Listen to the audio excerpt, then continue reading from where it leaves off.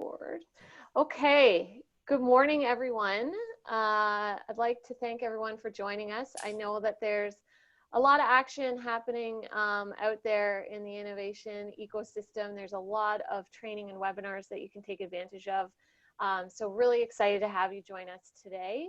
I'm Erica Segi with Northumberland CFDC, Board of Partners with Venture 13, where we're based out of, Eastern Ontario's Innovation Center, located in Cobourg. We're really excited to offer this webinar today. We have Ruth van Vierzen from REVsquared agency on the line today, who's going to take us through a great webinar focused on sales. We all know how important sales are to our business and securing those customers to have our businesses grow and thrive. And she's going to dive into the topic today of how to create and benefit from a strategic sales plan. So really excited to hear some of this. We all know that, you know, we focus in on our business plans, and sometimes sales is one of those things that we don't necessarily drill into, and it's imperative that we do to have a successful business. So really excited to hear from Ruth today and get some key learnings. This session is brought to you today by Venture 13 and Delia, which is one of the programs that Northumberland CFDC offers for women-led businesses. So we're excited to bring this to you today.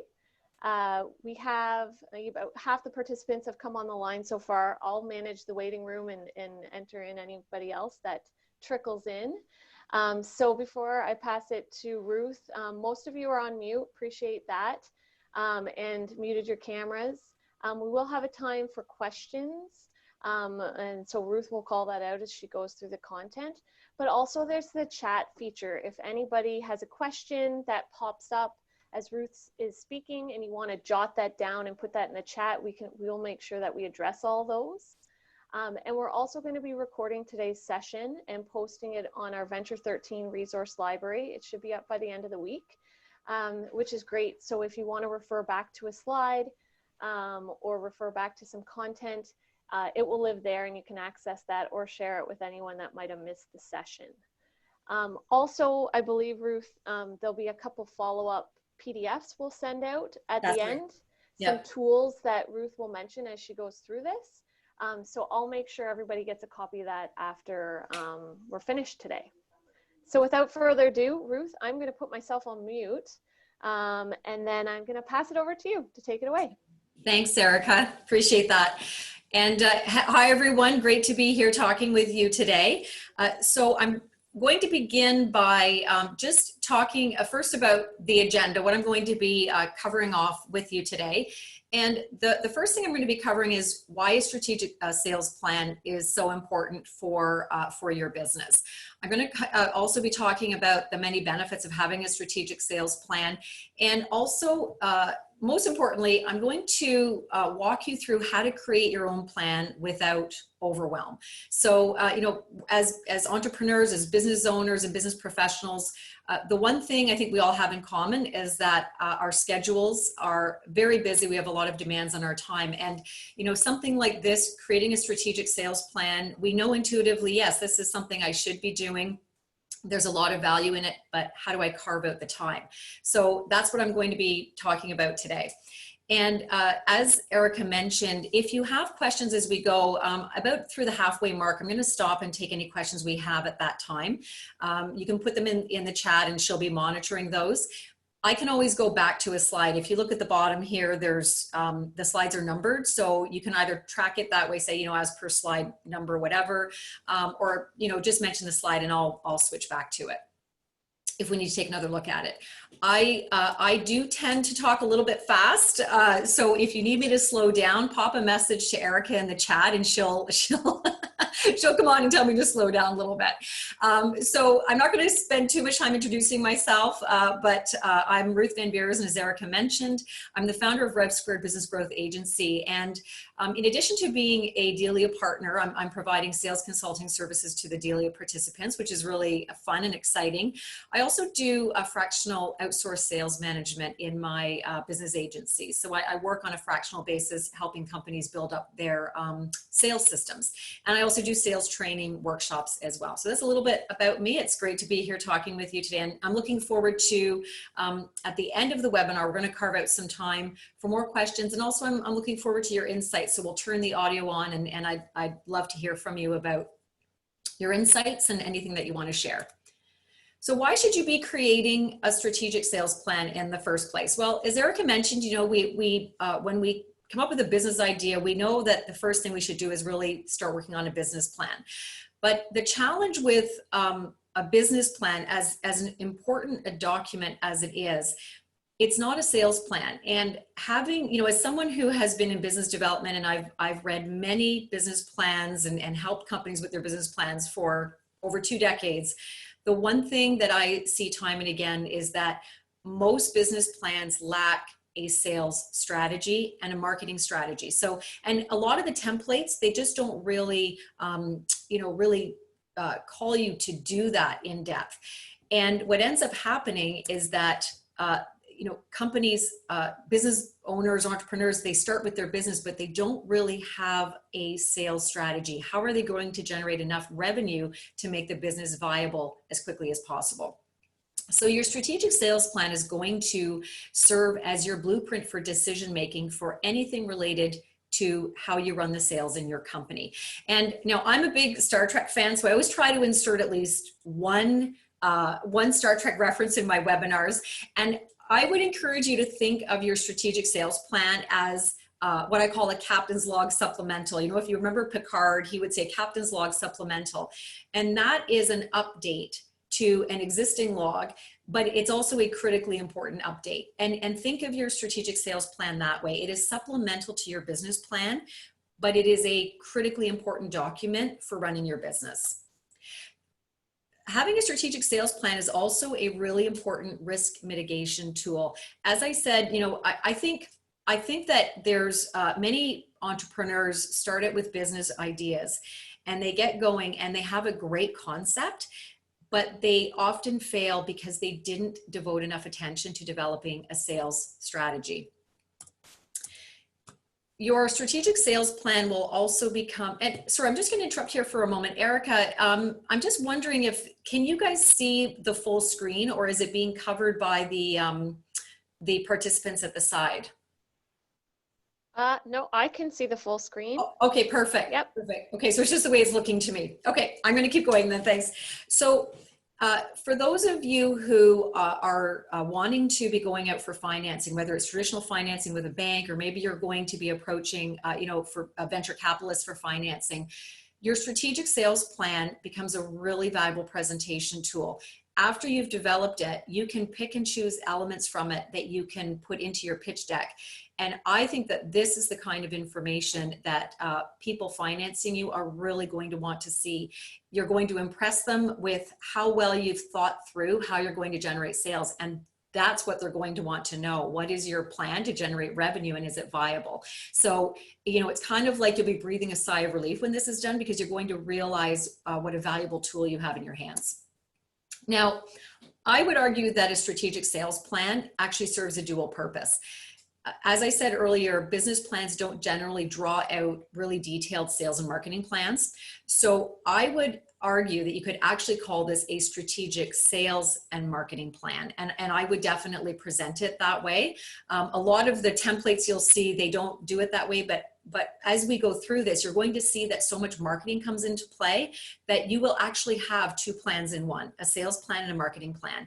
And that's because, as we know, sales and marketing, they're completely interconnected. You know, you can't really talk about sales without talking about marketing. So, you know, just that's, you know, hopefully another incentive for you. You're going to have this added benefit of having thought through your marketing even more, because you need to think about marketing to feed the sales process. So what I'm going to be doing today is talking about a strategic sales template format that you can follow. And this is the key document that I'm going to be sending to Erica, and she'll share it out with you guys. And it's really, it's a fill in the blank document. And I've just shown you an example here. You know, it starts right from the title page where you can put your logo and your company information. And you're essentially, it's going to ask you questions and give you headings that you just start filling in the blank. So it's pretty straightforward. Now, what I'm going to do today is cover some of the key sections of a strategic sales plan. And I'm going to talk about why I suggest you approach things in a certain way. There's a lot of strategic sales plan templates that you can find online. I'm working with one from HubSpot that I have modified significantly. So you're going to get my version that I think is really excellent to work with. But you know, of course, just tweak it. You don't have to, you're not stuck with these headings, but I would say these are the minimum things that you should be putting into a strategic sales plan.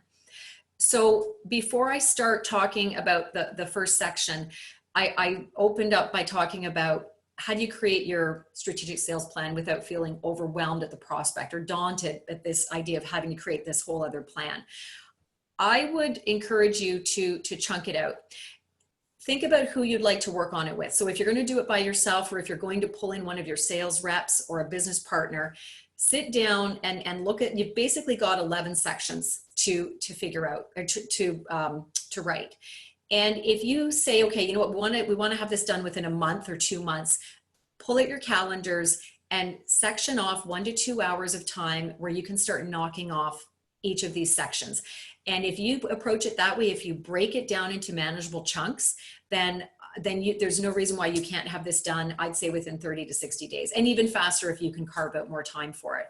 But I really think it's more effective to break things down into manageable chunks, because we can fit an hour or two into our day to start knocking these things off and feel like we're making progress.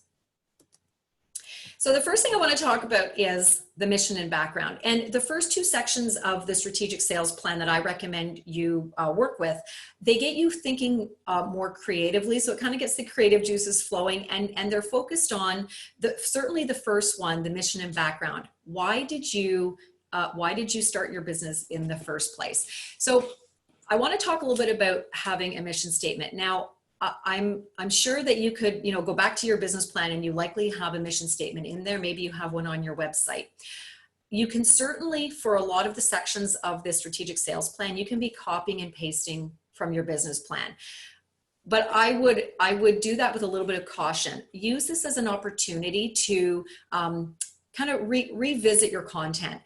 Things have probably changed since you wrote your business plan. And also this is an opportunity to update, to maybe re-envision things, rewrite a little bit. So, you know, don't just be tempted to copy and paste. Copy and then update and then paste. That's how I would approach it. Now, in terms of mission statements, I often take issue with companies' mission statements because they tend to focus, they're not inspiring. They tend to be more a statement of what do we do and where do we want to go to as a company. And a really great mission statement should be inspiring, and it should be customer focused. So I have a picture, as you can see here, of Dragon's Den. And when you're working on your mission statement, if you're open to rewriting it, imagine that you are standing in front of a group or a panel of investors, and you're wanting to inspire them right out of the gate with why they should listen to you and consider investing in your company. If you can present a mission statement that's more of a story, that's immediately going to pique their interest. And that's really the way to think about doing your mission statement. So, and the other great thing is when you've nailed down a really phenomenal mission statement, that's going to be excellent content for your website. And I would even encourage you to, you know, put it in the footer of your website, make it a key thing that really is memorable for people and lets them know, you know, who are you and why are you doing this business? So I'm going to give you an example. And I'm going to actually see, let me get rid of that. Okay. I have to get rid of things because it's covering up my content. So here's an example of a mission statement that I wrote for a company called Vintage Auto Parts. This is just a made up mission statement. Vintage Auto Parts sources industry-leading parts for vintage automotive enthusiasts. We are driven to be the leading provider in our industry. So that's like a what mission statement. And it's okay. It's basically saying, you know, what do they do? But you see how it's about them. It's not customer focused. So that might be their mission internally, but how does that really engage with their customer base? So I'm now going to give you a version where I rewrote it from a why perspective and from a customer focused perspective. And I want you to just see if it resonates a bit more with you, but more importantly, which one do you think as a mission statement is more memorable to you? So here's the rewrite. Father and son team, Jim and Dave Edwards, started custom auto parts from their kitchen table in 2004. They started with one part and one dream: to make it easier and faster for vintage automotive enthusiasts to source parts so they can spend more time showing off and less time waiting for parts. So that's more of a story, why focus. I personally find that much more engaging as a mission statement. So I'm just going to kind of leave that with you to mull over and hopefully inspire you to maybe, go back and if you think your mission statement maybe, needs some reworking, then take another crack at it. So Ruth, quick question, yeah. if you don't mind, it's Erica. No, for sure. So something like that, I love it, like the revised mission statement. So if you were to put that on your website as a footer, you would definitely condense that to kind of be a tagline. Yes. Yeah. Good point. That one is a little bit long. Where if it was my website and this was my business, I would be absolutely putting this in the about page. I would have a little, like a shortened version, because you can pare anything down, shorten it down for the footer, and then even link that to the about page. And tell. I think it's really powerful when companies tell the history of their business. People will remember the story before they'll remember anything else. Yeah, and it builds credibility too, right? Absolutely, absolutely.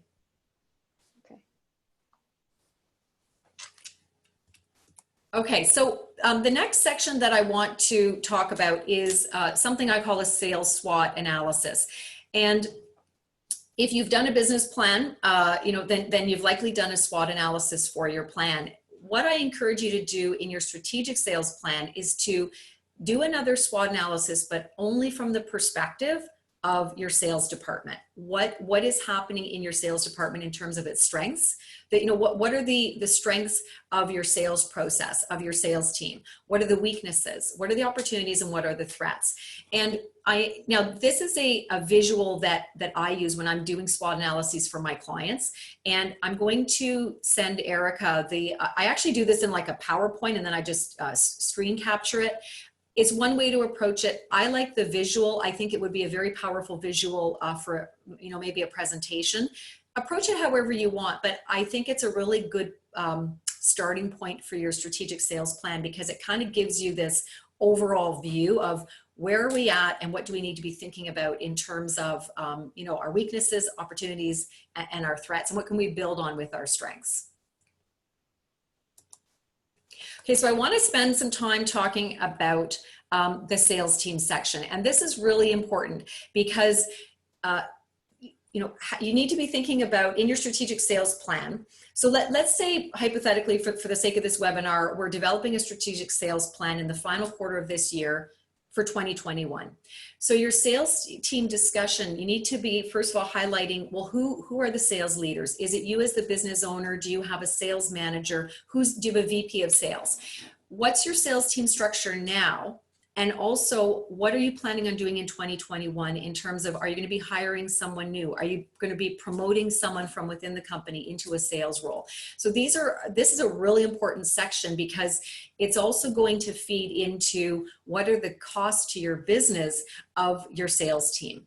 Now, one of the things that I've developed for the strategic sales plan template that you're going to get a copy of is a sales costing spreadsheet. And I want to spend a little bit of time talking about this because one of the, when I said earlier that I think most business plans lack a detailed sales plan and marketing plan, the fallout, the negative impact of that is that they're also not fully costing what these departments in their business are going to require of them. So, and I think that this is where startups and businesses not just startup, but businesses in general, if they're underestimating the costs of their sales and marketing, they're going to run into problems. And what's really going to happen is you're just going to not devote enough budget to these areas. And how are you going to grow the business if you don't have enough marketing and you don't have enough sales? So I would encourage doing this as an exercise in coming up with a really realistic costing of where are you at, but what's going to happen, let's say for 2021 in your sales department. So if we look at this is just a sample, but I think it's probably pretty realistic for a small business.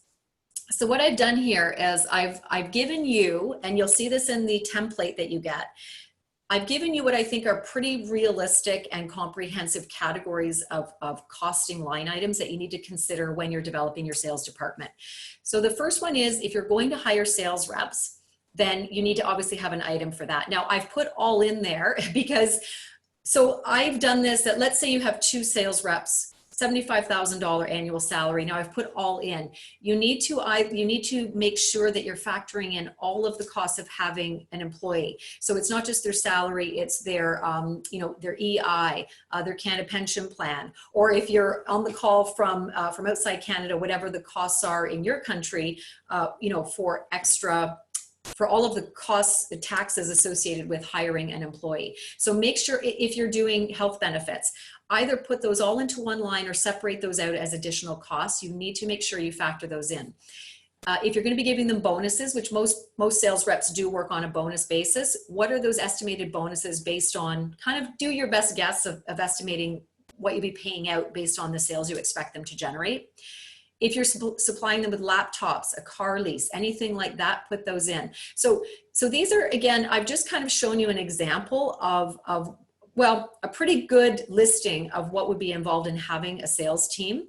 And just fill in the boxes basically as you go in a spreadsheet, and then incorporate that into your strategic sales plan. Now, I'm going to get to the marketing collateral number later. I'm going to explain to you where that came from. But the key thing is, if you look down at the bottom, you've got a total for your sales team cost in your company. If you have an accountant, work with that person, have him or her look at the numbers and give you input on the numbers to see if they're pretty realistic. Then I've divided it simply by the number of reps. In this case, we're going to have 2 reps in the company. So this gives you a pretty accurate costing of your annual cost to have that rep in the company for the year. And that's a really valuable number to know, because now it gives you an idea based on your margins, how much do they need to be selling? I always think that sales reps should be cost neutral to the company. They're in your company to generate sales, whether they're independent reps or you have them as employees. Their job is to generate revenue for you. So they really should be cost neutral. They should be generating more than enough sales to more than cover what they're costing to the company. I would also encourage you to share this costing with them. Show them the spreadsheet, and this sets up, and it's not to put pressure on them, it's to create realistic expectations that this is what it's costing us to have you here, and this is why we have set this as a sales quota. We need to make sure that you're bringing in this much additional sales to justify having you on the sales team, essentially. And a good sales rep will understand that. They won't have an issue with that. This will actually, if you've got the right sales rep in place, this will motivate them, and they'll have a really good understanding of what they need to be doing to be profitable to the company. If you are a business owner, if you're a sole proprietor, or you're a startup and you're doing all of the sales yourself, which is completely understandable, then still go through the exercise, but approach it in a way that if you know roughly per hour what your time is worth, or you're taking a salary out of the company, however it's structured, figure out how much time you devote to sales per week or per month, and then apportion a cost of that out of your your hourly rate or whatever it is, and put that in as a cost item, because that will also help you to know what it's costing you not to hire salespeople. And it gives you kind of a baseline of when you get to a point where you need to hire salespeople, it's kind of like what you need to be paying them, and what the expectations are based on you no longer doing the work. Okay, so we're going to switch into talking about your target market. And then after I talk about target market, we're going to stop. We're going to open it up and see if there's any questions before we move on to the next section. So the target market section of your strategic sales plan, a lot of this you will likely already have covered in your business plan. So you can definitely copy and paste sections of that. Again, revisiting it in case you have some new, like updated content. Maybe you're exploring new target markets. I'm talking with a lot of business owners who are having to pivot and explore new target markets because of what's happening with the pandemic. So, you know, just revisit it, make sure it's updated for whatever the period is that you're creating your strategic sales plan for.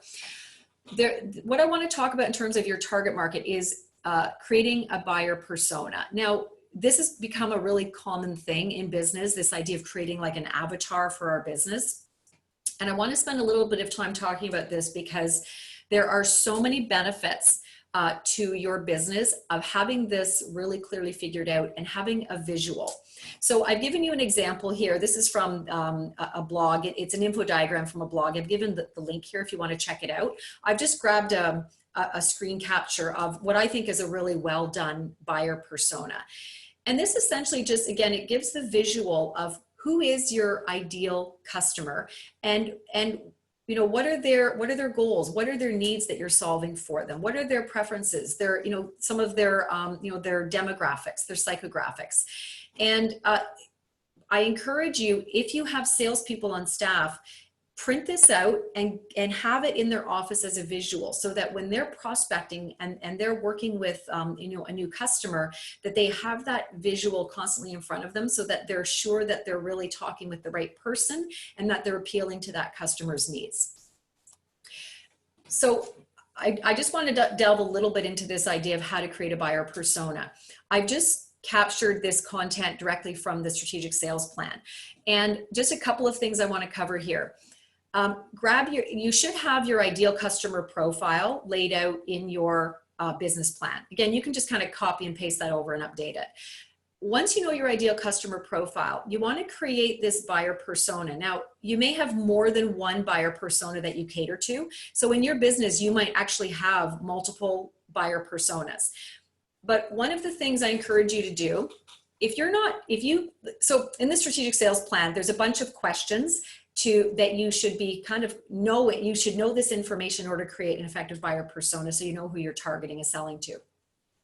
If you don't know the answers, I would encourage you, or if you're a brand new business, I would encourage you to go through your customer list or identify, you know, maybe 10 to 15 of your ideal customers and ask them if you can do some interviews with them, either to get feedback or just to do research, however, you know, whatever stage you're at in your business. This is something that I do for clients when I'm creating a strategic sales plan for them, and it is incredibly beneficial. It serves so many purposes. Not only will you get information that you need, but if you're calling on existing customers, they will really appreciate the outreach that you care enough to ask them for this information. And you are literally gathering gold. Like the data you get is gold. I see what I'm getting back from my clients by doing these interviews. And it's just, I can't say enough how important this exercise is. If you're a new startup, doing this is a chance for you to get in front of, well, on the phone or through a Zoom call, to touch base with prospective customers. And that is really valuable because now they're going to learn about what you're doing. So you're actually doing a little bit of marketing right out of the gate. So it's really valuable. And just a couple of posts I want to direct you to on my website. I kind of delve into why it's so valuable to do this kind of, I call it survey marketing or feedback marketing. So if you want to, you can hop over to my website. You can grab these. They're pretty quick reads, but I think you'll find them pretty valuable to validate why it's so important to be interviewing our customers and and gathering this survey data. Okay, so we're going to pause here and just see if there's any questions that have come in, Erica, through the chat line that you want me to address. I haven't seen any questions that have come in as you've been speaking, but if anyone wants to come off of mute and ask a question, now's the time. I also, I had a couple questions, if that's okay, Yeah, for to sure. get it started. Yeah. So obviously reviewing, your sales plan, how often should people be revisiting this plan? Is it a living document? Should it be stagnant? Should it be certain times? What's your POV on that? Yeah, so I would, so it's definitely an organic living, like it's an organic document. So, yeah, one of the things that in my wrap up I was going to say is don't just shelve it.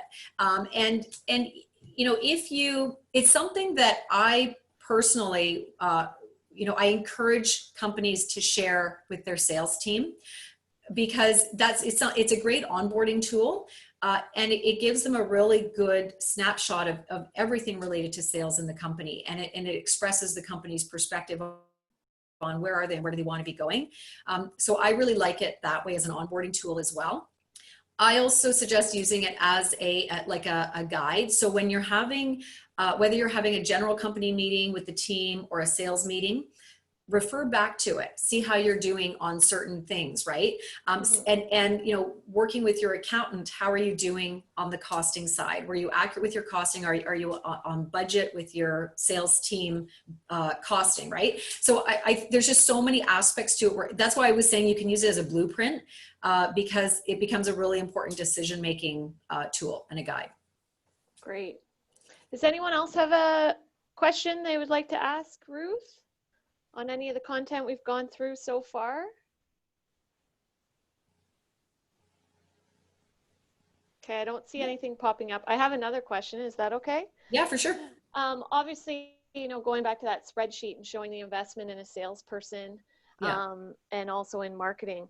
So a lot of people, companies are different size. You're a startup, you're looking to add employees.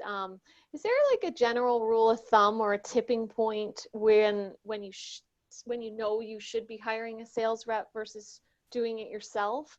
Or adversely, like if you have limited resources, what type of employee is the best to invest in? Is it sales? Is it something else? Yeah, so to the first question, I would say that when you're like, as a business owner, like let's say you're like a solopreneur, or maybe there's just like 2 or 3 people in the company. I see this a lot in like manufacturing, or very engineer driven companies, where you have experts like engineers, and they're trying to also manage the sales.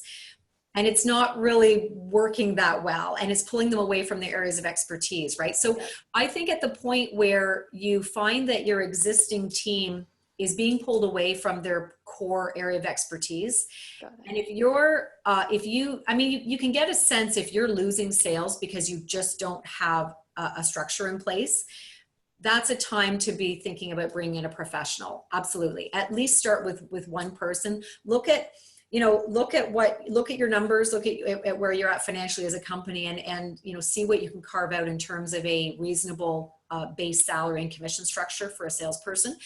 And if money is really tight, like a lot of companies do use independent sales reps.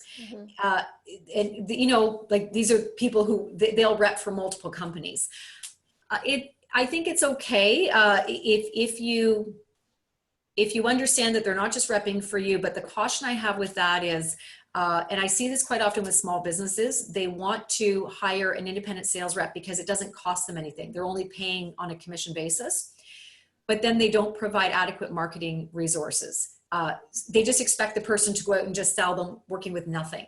And I think that's very unrealistic. And if that rep is really good, and they're going to have a choice between repping your company or someone else, they're going to go with the company that has the best resources, and also where one sale is going to give them a really good commission. So yeah, I think you have to be realistic about what you're, what kind of price point are you selling at, and what's going to be most reasonable for your business model. Great. Anyone else have any questions before we move forward? And I'm just going to do a time check to keep myself on track. Okay, we're doing fine. Okay, so should we keep going? Yeah, definitely. Okay, great.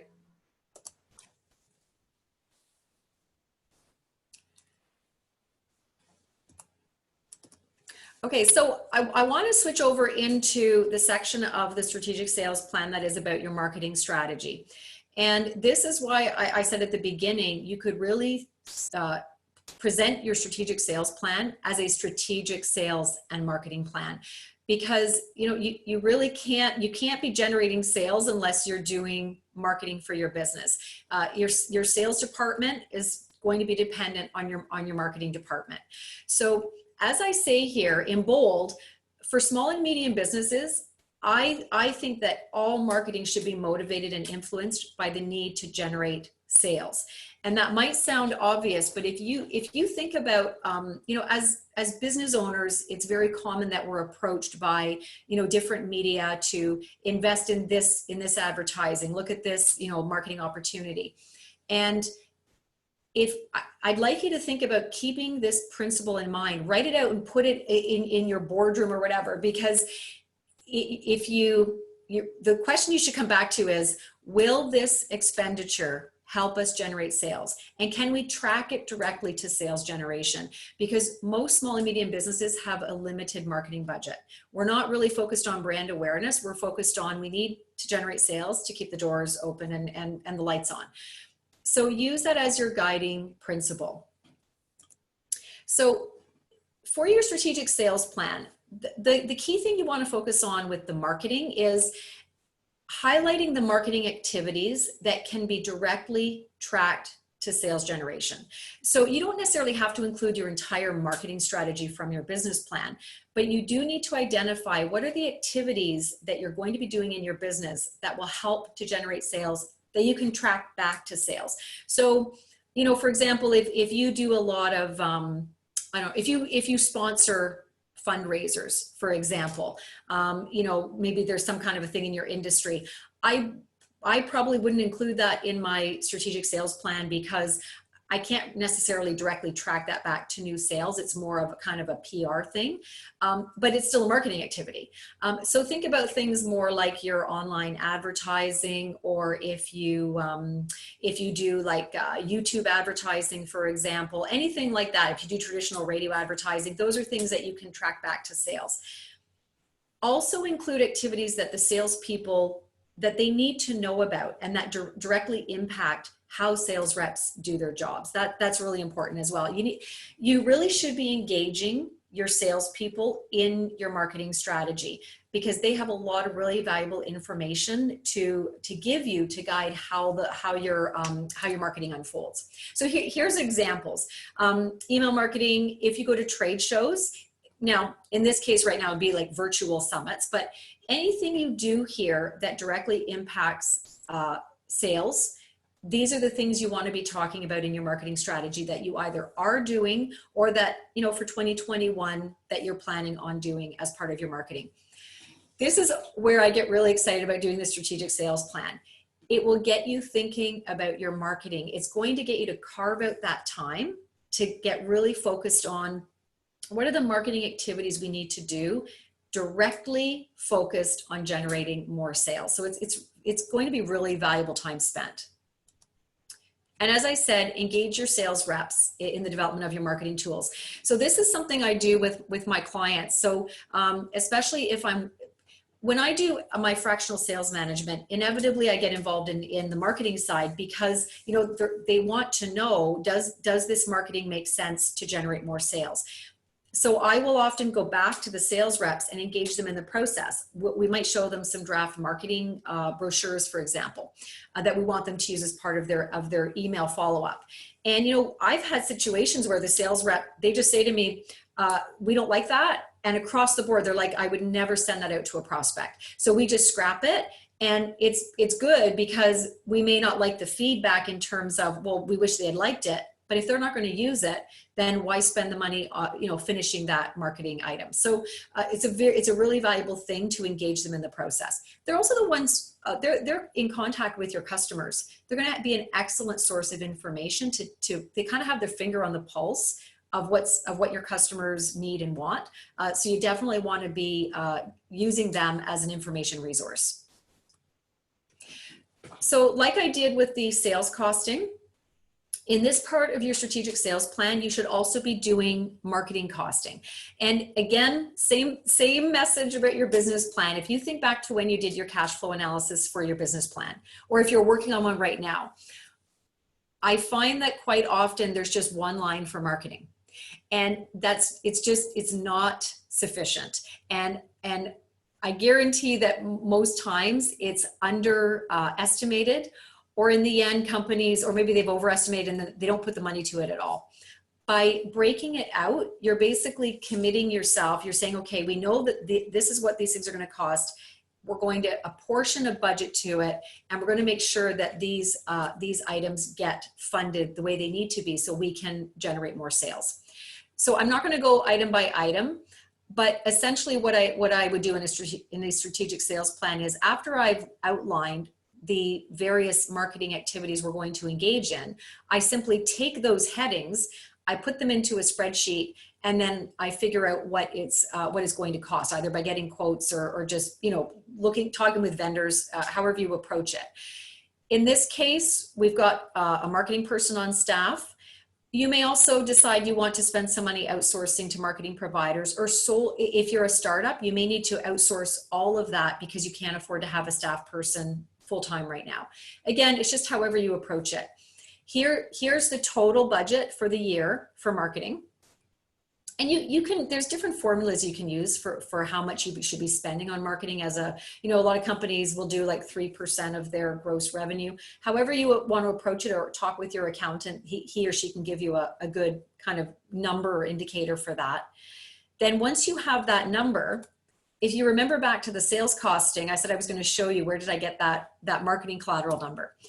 It's from your marketing costing. So you'll need to put that in there. Now, you may argue that it doesn't make sense to put the 100% in there in terms of marketing collateral, or you may argue that you don't want to put it in at all because you think it's inflating your sales costs. Well, if we go back to what I said earlier, and you buy into this idea that all marketing for a small and medium business should be done with the sole purpose of driving sales, then I would say it makes perfect sense to put it in here. Because now, obviously on your books, you don't want to double count for it because that would inflate your costs. But I want you to have a really realistic perspective of what it's taking you to drive sales in your company. So that's why I want you to put it in there. If you don't include it, I think you're missing, well, in this case, one of the highest costs. If you don't do marketing, you're not going to generate sales. So again, that's my perspective. Ultimately, it's your call on that, but I would encourage you to put it in there. Okay, so the next section I want to talk about is the prospecting strategy. So there's a couple of ways, obviously, we can approach generating sales in our business. We can do inbound lead generation, or outbound prospecting. I'm not going to spend too much time here, but just a couple of key things that you'll need to think about for your strategic sales plan.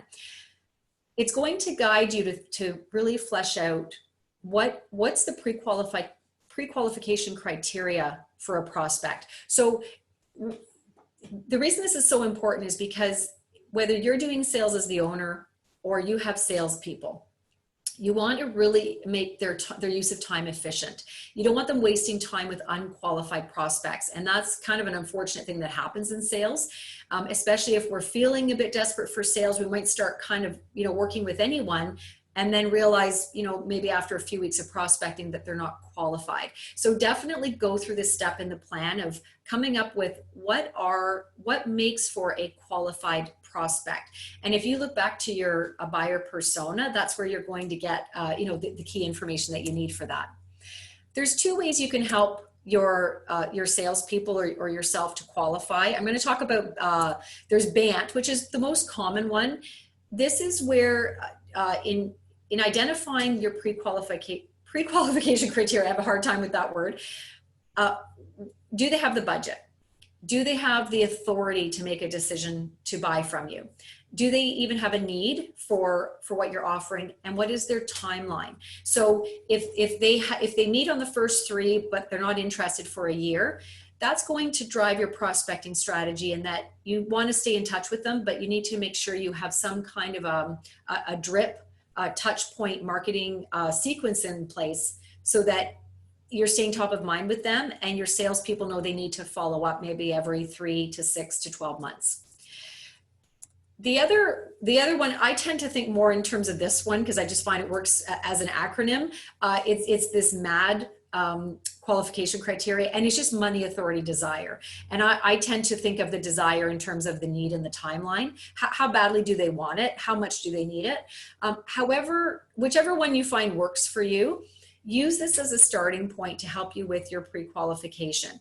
Keep it in mind. This is one of those things to maybe put in front of you when you or your salespeople are doing prospecting, or if you're dealing with an inbound lead. So if someone has filled out a contact form on your website, if you use these acronyms as a starting point for conversation, you're going to cut down on your prospecting time because you're going to, I mean, obviously you want to have a good conversation, but make sure you're determining these factors fairly quickly so that you know, is it a ready prospect, or is it a tire kicker, or is it someone who's just fishing for information, or, you know, maybe they're not ready yet, or they're ready to buy. These are the things you have to figure out as part of your prospecting strategy. And using one of these criteria will absolutely help you with that.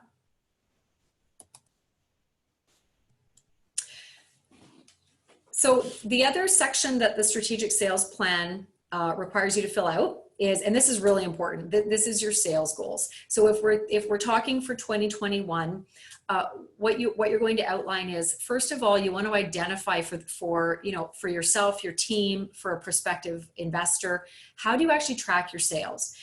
Do you sell products, so it's a per unit sale? Do you work on a project basis? Are you a SaaS company where you have recurring monthly subscriptions?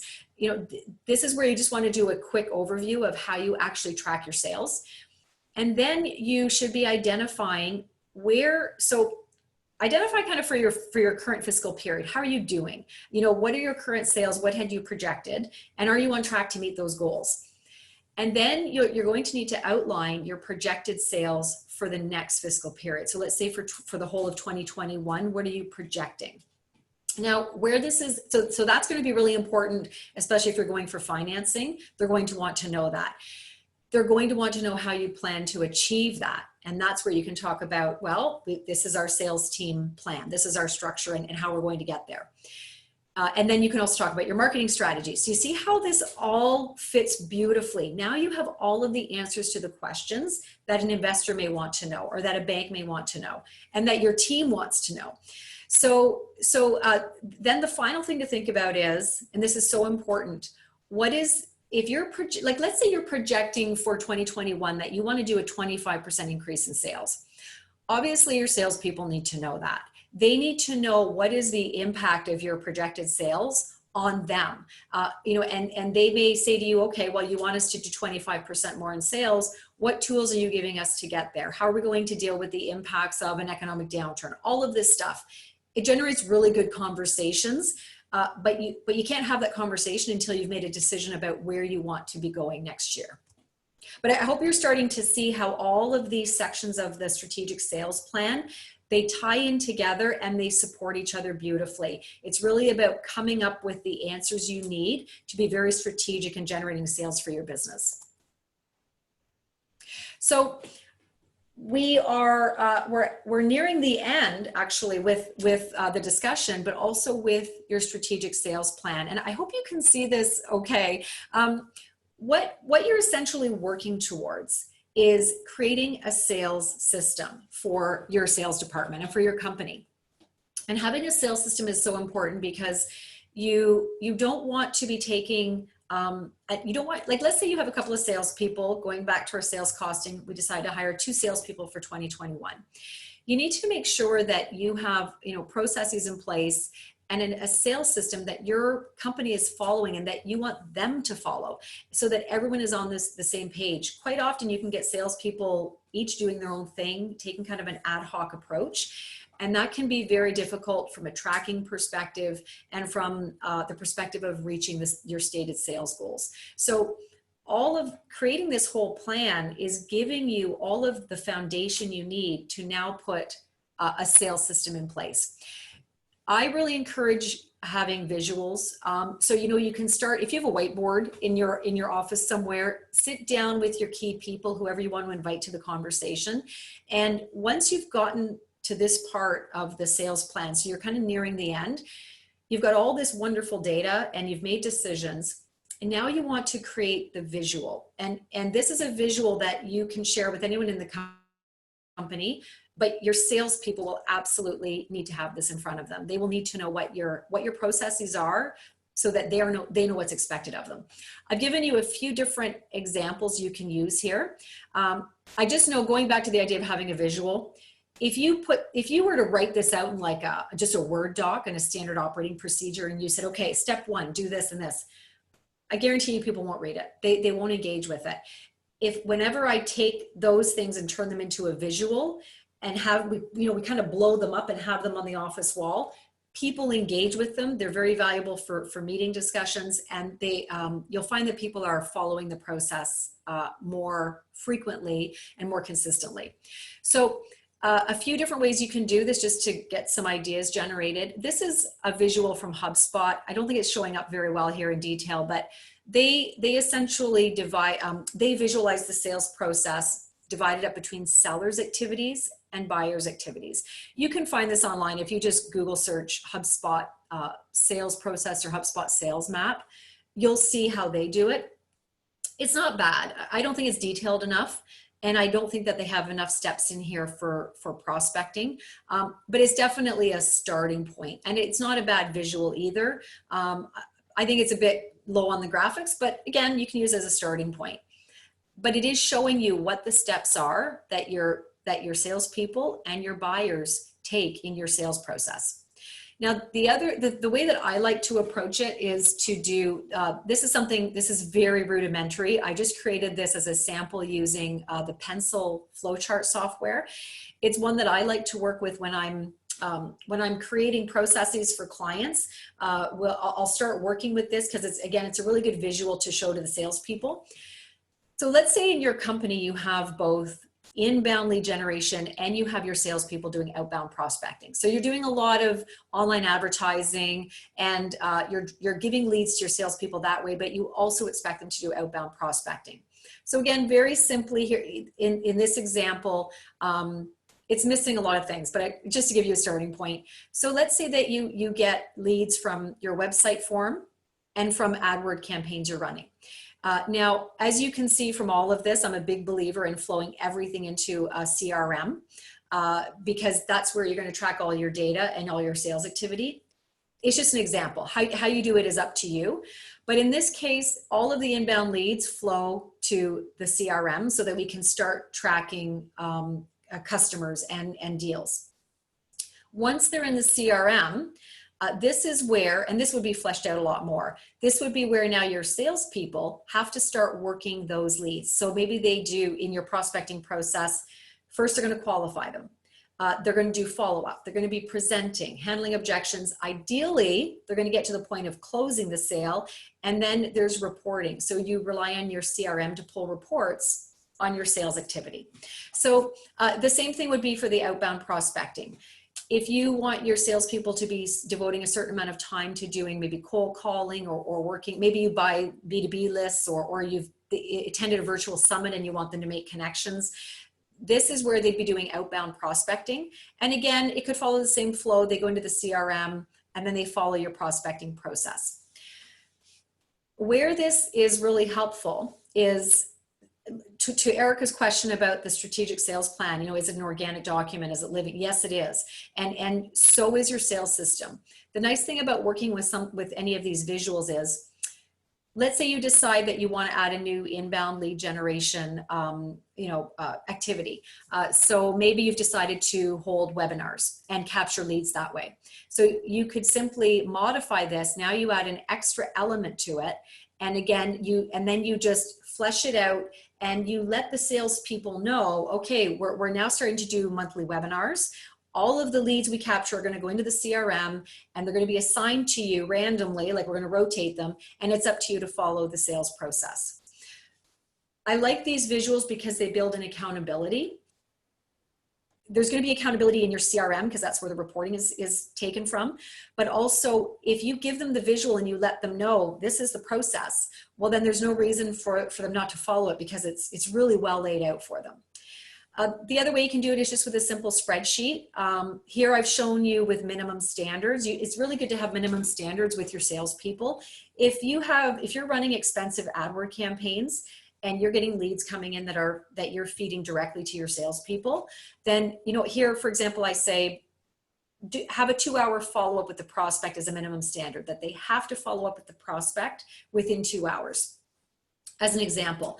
And it's really good to have minimum standards for your sales team because obviously it's costing you money with your marketing budget to generate those leads. You want to make sure that they're being followed up on.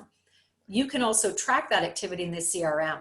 So now you can go back and say, well, were they followed up within that 2-hour minimum standard? If not, now you can have questions with your sales team to say, why aren't you following up with the leads, and find out what's going on there.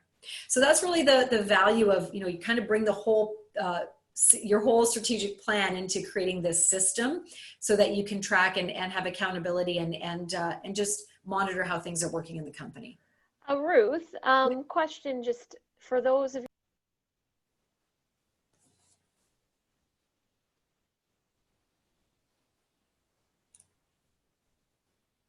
Oh, I can't hear you. Sorry, I went back on mute. Okay. For those on the line that might not be as familiar with the term CRM and CRM type systems, did you want to elaborate a bit more on that? And maybe, do you have any feedback on certain CRM systems you prefer to work with or have had good experiences with that you might recommend to those on the line? And yeah, maybe, so like how much that costs in terms of entry to get those systems into your companies? Yeah, so yeah, I shouldn't have just used the CRM acronym like that. So the CRM is your customer client relationship management system. It's software like HubSpot. HubSpot. I'm not mentioning HubSpot because I use their CRM, but I don't make anything for mentioning their name. I just want to let you know that. I happen to think it's a very good one, but it is an all-in-one software tool. Very, very powerful for helping you manage your prospects from the moment that you have a new prospect, however you get that prospect, whether it's through inbound lead generation or outbound prospecting, you put them into your CRM, and then you can track the progress. You engage with the prospect through your CRM by emailing, you can call them through, so HubSpot actually has a phone call feature. You can set up tasks and reminders, and then you kick out reports. You pull up these reports showing, basically the progress, how many deals were entered that were won, how many were lost.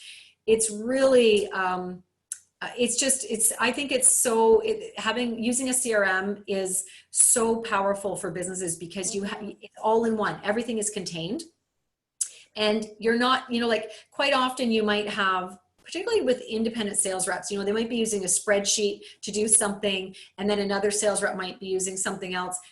The thing about the CRM is if you have sales staff, you get them all using one tool. It's so much better for your reporting and tracking your sales data. In terms of, so I really like HubSpot and Pipedrive. Those are, I'd say, my two favorites for I like the ease of using them.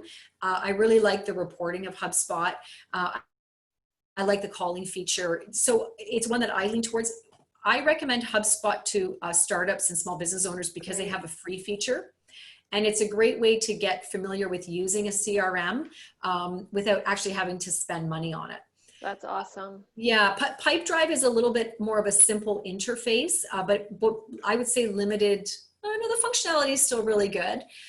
The challenge we have for those of us on the call in Canada, I keep trying to find a Canadian CRM, but even if you do, they all charge in US dollars. So that's a bit of a challenge from a cost perspective.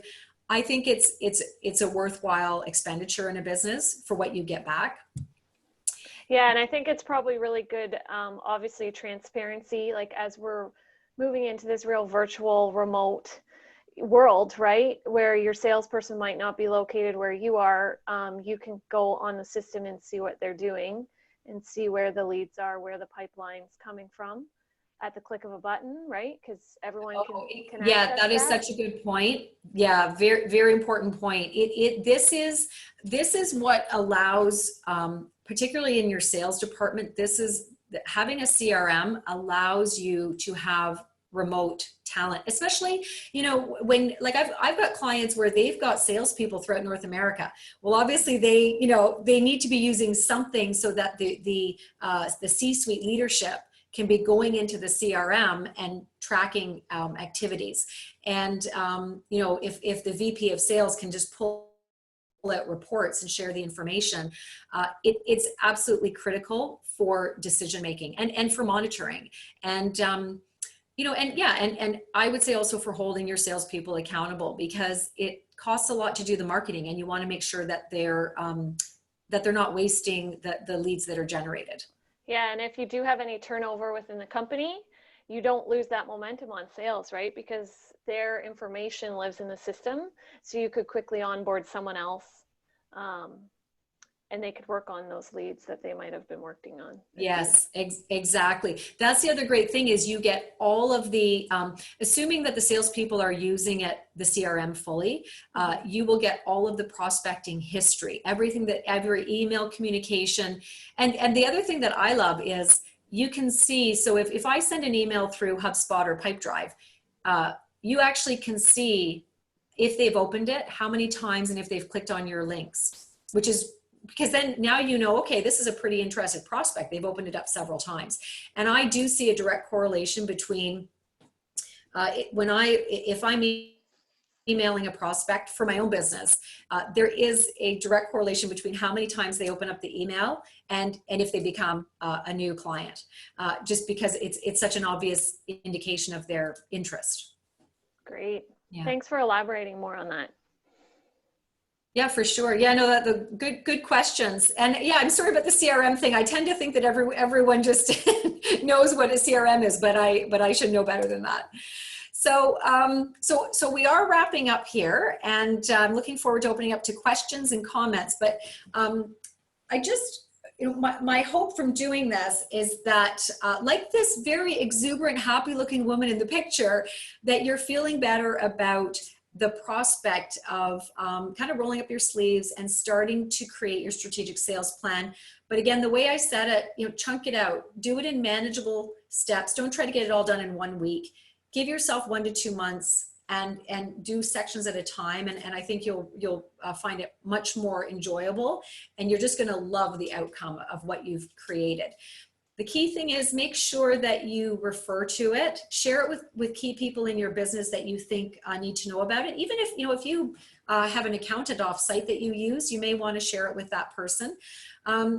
Definitely share it with your sales team. And yeah, when if you've got presentations coming up, or if you're looking at engaging with a new business partner, this might be the kind of information that you want to share with them. So thank you for your time. We're going to open it up to questions and comments, but if you're interested in chatting with me, here's my contact information. I've got a lot of resources at my website that I encourage you to check out. I've got some videos there as well. And yeah, feel free to contact me. I look forward to hearing from you. So do we, Erica, do we want to turn it over for questions and yeah, we do have one question actually here that was sent by Terry. Okay. So when you're writing a sales plan, do you write it in a third person, as we encourage to write our business plans? And is this different when pitching to investors in person? Good question. Yeah, I would, for the strategic sales plan, I don't think it's quite as important how you know, I would say just make your own judgment call with that one. If you know you're going to be using it to pitch for financing, then I would write it in the third person. If you think you're initially going to use it more for an in-house tool, then maybe write it more in the first person. I think I'd be inclined to write it in the first person for the team and then adjust it a little bit if I'm going to go out for because chances are you're not going to give the whole document when you're going out for financing. You're going to take key sections and put it into some kind of a PowerPoint presentation. So you could just modify it then. Great. Terry, did you have any other follow-up questions to that, or did that address what you were looking for?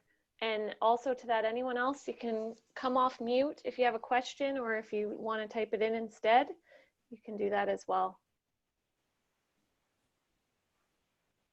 I have a question. I'm just curious, and maybe people just put this in the chat, but I'm curious to know if anyone on the call has currently has a strategic sales plan that they've, you know, and if they have found that, you know, are they going to go back and maybe work on it a little bit based on what they've learned here today?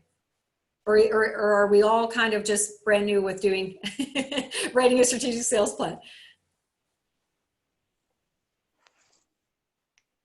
Anyone want to jump in? No? Okay, well, I guess that we're all, Jeff is jumping in. I'm brand new, so this has been very valuable. Oh, great. And then Terry's saying, I've definitely learned that I need a much more solid one. Well, the great thing about working with the template is it will just guide you through those sections, just like a business plan does. You know, the goal here today was to give a little bit more insight into why, you know, how to do it, why these sections are so important, and just how valuable it's going to be. Like, it really, you know, I just, this, like, I think this is how, you know, you know, it's like, I did it. This is so important for my business, right? I think having a strategic sales plan, it's like, to me, as entrepreneurs, we so often have sleepless nights. I think because we're stressed about if we know we're not generating enough revenue, if we're dealing with something like a pandemic, you know, these are the things that keep us awake at night. And it usually comes down to the numbers, that we are freaking out because it's like, oh my God, I'm not generating enough sales. I feel like this is the kind of thing you'd almost want to put under your pillow when it's done, and you'll have like really good sleeps, because like, it's okay. I know what I need to do. So you've got your plan, you've got your map, right? Exactly. And I think it's when we have, you know, as business owners, we need to have our plans. We need to have our blueprints, and then it's like, it's all right. Because even if we get hit with unexpected things, we can refer to our plan and say, okay, we might need to pivot a bit, but we still got our baseline of what we're going to be doing. So I think it just gives us that peace of mind that we need. Mm-hmm. Another comment Terry just made, which I think is very valid. You know, if you look specifically for females, for women as well, with a new business, the hardest part sometimes is to sell ourselves, right? It's a very different approach. So Terry really felt that roadmap for this makes it much more secure. So does Terry mean like if like it's hard to sell yourself as a woman, like if you're pitching to investors and stuff, is that? I think so. And also yeah, she said yes. Okay, yeah, that's a very too, right? Like a lot of people, you know, we're one-man show. Sometimes this might not be our wheelhouse. So to have solid tools that can ground us on how to do that gives you a lot more confidence, I think. That's a very, very good point. Yes. It's like once we have the data, now we know what we need to say. It's there, and we've thought through it, right? So it's I guarantee you, once you have this done, you're going to have this amazing thing that you can rely on. Yeah, and I think also, and Ruth, correct me if I'm wrong, but really, as you get this nailed down and you drill it down to your elevator pitch, right? Your 10, 15, 30 seconds. Yeah. So that you're prepared at any moment, because you never know when you're going to be in an opportunity to sell, right? Exactly. And that's actually, you'll see this when you guys get the template, there's actually a section there for your elevator pitch. I didn't get into it here because obviously I'm not going to go into every aspect of it, but there's actually a section there of creating your little 30-second what would you say at a networking function, or like if we had invited everyone to give their elevator pitch, what would you say? So once you've got it there, it's yeah, one more thing you have done. Mm-hmm. Awesome. Any other questions, comments from the group before we wrap it up? Not seeing anything pop up. As mentioned, though, I'll send out the handouts to everybody so that we have those tools that we covered off in the webinar, so you guys can get to work and start on that. As Ruth mentioned as well, she's available, or if anyone wants to reach out to me to coordinate anything with Ruth, I can do that as well. Ruth, really appreciate you taking the time today and walking us through this content. We did record it, everyone, so I'll get that posted and I'll send that link out as well. So this content will live if you want to refer back or share it with anyone else on our Venture 13 resource library. But Ruth, this was great content. I think this is very timely. Really appreciate you taking the time. And for those on the line, appreciate you taking the time from your busy schedules to invest in yourself, develop your business. We really appreciate it. Happy to have you, Ruth, as a partner with Northumberland CFDC, Venture 13, and Delia. And yeah, we hope everyone has a great day and enjoys the rest of their week. Thank you. Thanks so much. Thanks, everyone. Okay, we'll sign off now. Okay. See you later. Bye.